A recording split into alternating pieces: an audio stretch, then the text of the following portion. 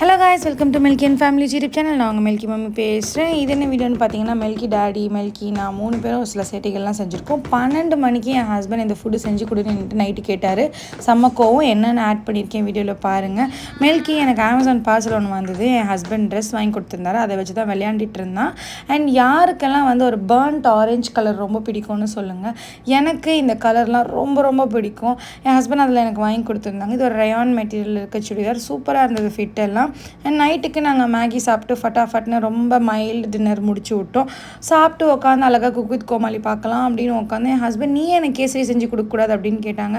12 மணிக்கு யாராவது கேசரி சாப்பிடுவாங்களா? போங்க முடியாதுன்னு சொல்லிட்டேன்.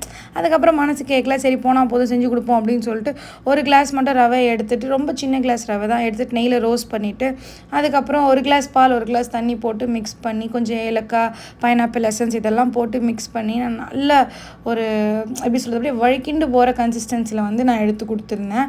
அண்ட் அன்ஃபார்ச்சுனேட்டாக என் வீட்டில் முந்திரி திராட்சை எதுவுமே எங்கே இருக்குதுன்னு 12 மணிக்கு எனக்கு தெரியல. கொஞ்சம் தேடி பார்த்தேன், அது காலி ஆகிடுச்சின்னு நினைக்கிறேன். வாங்கணும் எடுத்துகிட்டு வந்து கொடுத்தா என் ஹஸ்பண்ட் நீ தெய்வமாக வணங்கி தேங்க்யூன்னு சொல்லிட்டார்.